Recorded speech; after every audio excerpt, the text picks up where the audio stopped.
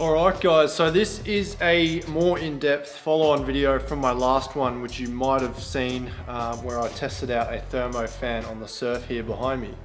So at the time that I shot that video, I'd done some pretty good testing on the streets. I hadn't had a chance to get out and test it on some really kind of high load, extended period of time stuff uphill like you would be. So that was my only hesitation with the thermo fan. I was kind of concerned how it would keep up when the engine is under such high load, high boost all the time. So there's a lot of heat going on, and it takes a lot of fan to basically draw that heat out. So since then I've done some pretty thorough back-to-back testing, and I thought I would shoot this video and run you guys through kind of my findings. Obviously it may be different to other vehicles. This car is basically always fully loaded. It's still got the 2.4 2LTE engine. It is tuned. It does make a lot more power than stock, which is a lot more heat obviously. It's still got the shitty CT20 turbo, which I need to get rid of ASAP, but I got a feeling that creates a lot of heat just in itself. But nonetheless, when you're driving these things under a lot of load, they generate a lot of heat. The cooling systems are small, which I probably touched on in the last video. So yeah, basically I'm back to the viscous clutch fan, which I kind of knew I would be back to. A lot of you guys said you can't beat it, which I basically had a pretty good idea that would be the case, because you can feel what they flow when the engine's kind of at 3000 RPM or so. But the thermo fan did perform quite well, and in a lot of situations it was probably better. But just for the high load stuff, which is where this car really suffered from the temperatures creeping and getting into the zone of becoming unsafe, or what I deem unsafe, I'm back to the viscous hub. But I've done a few different methods and a few different improvements, so I'll show you guys what I've got. Okay, so if you recall in the last video, one of the reasons why I kind of wanted to try the thermo fan was just because the access to the front of the engine, and also just to get the regular clutch fan out, was such a pain in the ass. So I figured I had the fan lying around, I'll give it a go. As I said, it works pretty well. I'll run you guys through my findings and everything with that in a second, but first up I'll kind of show you what I've done, which has really made this a shitload better to work on. I'm actually kind of happy to go back to the viscous fan just because of the ease of access. So I'll show you what I've done. So it's literally two 6mm bolts that you can easily access from the top, whereas before it was a total pain in the ass. So normally these fan shrouds have a part at the bottom that comes away, and then the main part of the shroud comes off, but that was just such a pain in the ass to do. So what I ended up doing was basically making the top part removable, like so. So you can see that I've welded these extra tabs, and hopefully you can see that. I've cut it and then welded an extra tab on each side, so that picks up the upper holes on my radiator. I've just put another two nutsets, another nutsert in each side to pick that up, and then literally this top part just comes off. And then as you can see, I've got good access to the fan.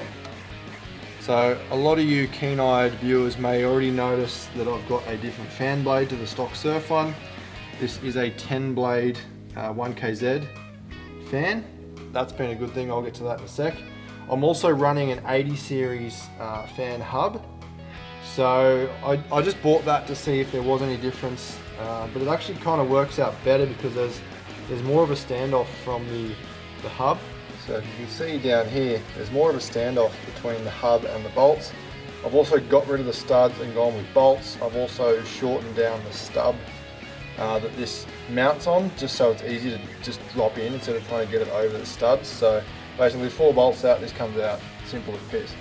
So as I was saying, the good thing with the 80 series is you've got a good bit of space between here, so it's not as annoying to get your hands in. Whereas with the standard one, that's kind of all you got to play with. The 80 series is probably double the clearance on that one. So yeah, essentially that's where I'm at. I'm with the 80 series fan hub and the 1KZ 10 blade fan blade. So I have been kind of wanting to test out the 80 series fan blade. It has got a pretty coarse looking fan profile, and obviously because it has to cool the 6 cylinders, it should be a lot more airflow. Whether the 80 series hub itself is any different, I do have the standard blue one, which I believe is actually adjustable. I do have some oil as well, which I can put in it because commonly they are apparently underfilled. And also, from what I have been reading, whether it's true or not, especially if it's a genuine one that's on an import, like mine was an import, they used slightly less viscous oil, so it's generally measured in centistoke. So I think the Australian ones that everyone uses and what Toyota sell you is a 10,000 centistoke versus maybe an 8,000 or a 6,000 or something that might come in colder climates where they don't need as much cooling. That's another thing. So we'll get to the results and finding, I suppose. So I'll start with the electric thermo fan. So what I found around town and just kind of, I guess, medium to low load stuff, the fan was really good. Where it really excelled is at idle. It would bring that temperature, especially if you've just done like a hard run and the car's quite hot, and then you basically stay idling. As a lot of you probably noticed who actually have accurate temperature gauges, the viscous fan needs speed to work to its fullest. So if you've just done a big hill climb and say your temp's up to 100 degrees and you come and stop at a set of traffic lights, or you pulled over checking a map, whatever, if you're just idling, the car's just going to sit at 100 degrees. The fan really won't have enough speed behind it to pull that temperature out. So that's where the electric thermo fan comes into its own, because it's obviously full speed all the time. So what I did was basically set up a test circuit, which I used for every single setup. I did the exact same combination, very similar temperatures, like ambient temperatures throughout the days, and you know, the exact same thing. So it was on the start of the Old Pacific Highway, which starts at Browra, all the way through, down the bottom, over the Brooklyn Bridge, kind of through the next section where it is relatively flat. Then there's a relatively kind of steep, well not steep, but long enough duration hill climb to test things out. So with the thermo fan, everything was going well until I basically got halfway up that hill. I had the aircon on, and obviously when the aircon's on, the fan was on as well. So the fan was on full bore, aircon was on, and I was just kind of chugging up that hill in third gear. I had to basically abort the run probably 3/4 of the way up the hill because the temps got up to about 104 degrees Celsius from memory. And then I had to stop, and that's where the thermo comes into its own, because the temperatures quickly dropped because I was sitting there idling, waiting for them to cool down, and obviously the fan's on full speed still. So then heading back down, up the reverse way, so from the Brooklyn Bridge up the long kind of swirly bit to Pie in the Sky, for those of you who know it. It was a lot better. This time I had the aircon off, and it kind of peaked out at about 101 degrees by the top of the hill. In some of the spots I kind of had to back off the throttle a little bit to let the engine kind of catch up, or let the cooling system catch up I should say, instead of putting the full load on the engine the whole time. So I kind of expected that to happen, but basically for cruising and especially for idling, the thermo fan did fine. So after that, I came back to the workshop and grabbed the brand new 80 series viscous hub that I had. I wanted to give it a go. I knew that it was brand new, and you know, at least I'm starting with something known. And I also like I said before, the offset, so it's easy to kind of change in and out. So I got the fan shroud modded, got all that stuff in, got the fan hub in, and put the stock blade back on and went for the exact same circuit. Essentially, kind of cruising and low load was basically the same as having the thermo fan on. There was no kind of question about that. But once I came to the same hill with the aircon on again, this is on the same day as well. So basically the same temperature. I think ambient temperature was about 30 degrees Celsius. So that first hill, I managed to make it all the way to the end of the hill where it flattened off. And I think the temperatures got to about 100 and... Okay, so I've just had to consult my notes because I've been keeping pretty kind of thorough notes oh, you probably can't see, but so I got to the top of the hill to a flat spot and I pulled over, and we kind of peaked out at 100 degrees Celsius. But the difference was when I was sitting there idling whilst I was kind of writing my notes, the temperatures did not drop at all. It was just sitting at 100. It wasn't until I kind of pulled the hand throttle on and had the idle at about 2000 RPM where the temps slowly started coming down. So that was that.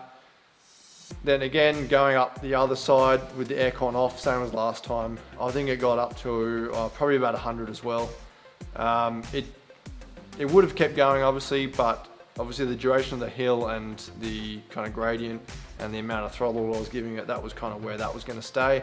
So that was, I'd say better, but it just kind of prolonged the same result, if you could say that. So I wasn't too happy with that. That's kind of what I was wanting to get away with, because I wasn't happy with how it worked, especially on longer hills like in the Blue Mountains and stuff. That really kind of tests the cooling system out. So I came back and I jumped on eBay and I bought the 10 blade 1KZ fan. So this is the same diameter, but it's 10 blades instead of 7, I think. So I think it's also maybe a little bit steeper blade profile. But nonetheless, I put that back on the same 80 series viscous hub. Nothing else changed, and went out for another test run about a week later after that fan came. Similar kind of ambient temps, was about 28 degrees or something. Exact same circuit, exact same situations. So then getting to that first hill with the air conditioning on, I did not see over 92 degrees Celsius. And the one thing that I noticed basically straight away once I started driving was at about 2700, 3000 RPM, you can really hear that fan actually starting to do its job. And I could feel it as well, because the engine was definitely making less power. So now, because I've got the tune switching on the fly with the Union chip, if I put it on my full power map, essentially that feels like what the lean power map used to feel like. So there's probably a decent, they say it's about a 10 horsepower loss, and I would basically agree with that. It definitely feels like it, but that horsepower loss, in my opinion, is worth it to be able to keep the system under control. So getting back to it, I got up to, well, no further than 92 degrees Celsius by the top of that hill, and I could have kept going and it would have been fine. So again, I was pulled over writing down the results. Didn't really cool down by idling. I had to kind of idle up just to get the fan moving to cool it down a little bit. So then back the other way, again, didn't go over 92 degrees Celsius. So this was definitely looking a lot more promising, because with the same viscous hub, but the standard fan blade, we were seeing 100 degrees. It would have probably kept climbing. And now we're down 10 degrees. So that's good. But then I had a really good test last weekend. I went away riding with Andrew and Sean, and I was towing Sean's trailer, which is probably, I don't know, 100 kilos or something, maybe a little bit more, and his WR450F, which is probably 120 kilos with a fuel tank of fuel, also a jerry can of fuel, and an esky with drinks and all that stuff. So quite a good test. So one thing that I noticed with the 10 blade versus the 7 blade, because it's obviously moving a lot more air, my intake air temps were down probably 2 to 4, I'd say probably closer to 4 degrees from what they normally kind of cruise at. So that was a good thing. So basically heading to the Blue Mountains, the first hill, if you're going along Bellsina Road, which I think is Bellbird Hill, it's a pretty steep kind of hill climb with some hairpin corners, and with the trailer and the car fully loaded, you could definitely feel it. So I kind of started off in third and then had to obviously go back down to second. So by the top of that hill, I had seen a max temp of 96, 97 degrees Celsius. The last half, or maybe 3/4 of it, was basically in second gear, keeping it about 3,500 RPM, just because that's kind of where it's making the most power and the engine's not working too much. And then obviously the fan is spinning to its fullest. You can hear it, it's obviously moving air. You can see the temps kind of holding strong. So that's the sweet spot. So that's the thing with the viscous clutch fans. You've kind of got to have the engine spinning fast to have them working to their fullest. But it did work. EGTs was probably sitting about 600 the whole way. I knew that I was in the part of the map where there's not that much fuel. It's kind of the cruising part, so I could kind of stay in that bit of throttle. EGTs weren't going to climb too high. And yes, that's pre-turbo, not post-turbo. That's where you should be reading it from. So yeah, that was good. That was the first really good kind of indicator, and I was pretty happy with that. The rest of the trip, it was great. Obviously it is now down on power because of the extra power it takes to turn that fan and move that air, but it's definitely worth it because it stays under control. So on the way back up Mount Victoria, a lot of you guys probably know this hill climb is very steep. So to make things worse, I was kind of fucked by a car in front of me. They completely screwed my run up, so I was pretty much stuffed from the get-go, but started off in third gear, had to go back to second, was just kind of cruising up 3,500 RPM, same as before. It's a longer hill climb, and obviously because I was my momentum was killed by the car in front of me, it was obviously a bit slower. So yeah, this got up to 102 degrees by the time I got to the top, which was still pretty acceptable. The factory Toyota gauge doesn't really start to move off the middle section until 110, so that's kind of something to go off. So I was pretty happy with that. The other good thing compared to the previous 7-blade fan was the temps would pretty quickly come down once you've kind of flattened off and you're cruising along at maybe 2,500, 3,000 RPM. So that was good. Temperatures were definitely under control. So I guess all in all, if you're still watching, I'm gonna stay with the viscous hub with the 10-blade fan. Now that I've kind of discovered how good the 10-blade fan is, it's definitely what I would recommend. Whether the 80 series hub is any different to the Toyota L series hub that I had factory, I don't know. I may have a play around with putting some more oil in the blue one. And if it is indeed adjustable, like people say, I may play with the kind of adjustment on what temperature that, starts to work at its fullest at. But yeah, I thought I would just share this with you guys. It's kind of interesting. Like I said in the other video, I've seen a lot of people doing kind of thermofan setups, but they haven't been done right with a shroud. But nonetheless, it was an interesting test to run. I myself was obviously curious. I had pretty good faith in the thermofan, and it kind of showed how good it was up until you put the car under very high load for prolonged periods of time, especially on a small engine with a shitty turbo that's being probably oversped. And it's just old technology, super hot. But nonetheless, it's a lot of load generated, which is obviously a lot of heat. So it can't really be blamed. But I'm kind of glad that the 10-blade 1KZ fan is keeping things under control, at least under control enough that I can do those big long hill climbs and not have to worry too much about coolant temps rising and things going wrong. So anyway, I might put this car away. I've just come to get my van so I can go home in that. But I may do a quick kind of rundown on my newest setup with the surf inside and at the back. So that may be the next video after this one, so stay tuned. For those of you who watched this through, thank you very much. Hopefully you've learned something. For all those who are saying, oh, you won't beat the viscous, yes, I know that. It's quite obvious with the testing, but I wanted to find out for myself. You don't know unless you try, and a lot of people talk a lot of shit online. So, there's no harm in getting out there and doing some real world testing and everything for yourself, which is what I've done and kind of confirmed what my underlying thought was, but nonetheless, I was still pretty impressed with the thermo.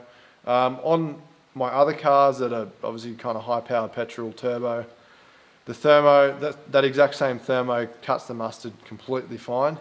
But obviously diesel, lots of boost, revving hard and very heavy.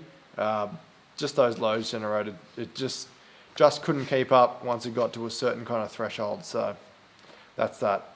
Anyways, I'll see you guys on the next one.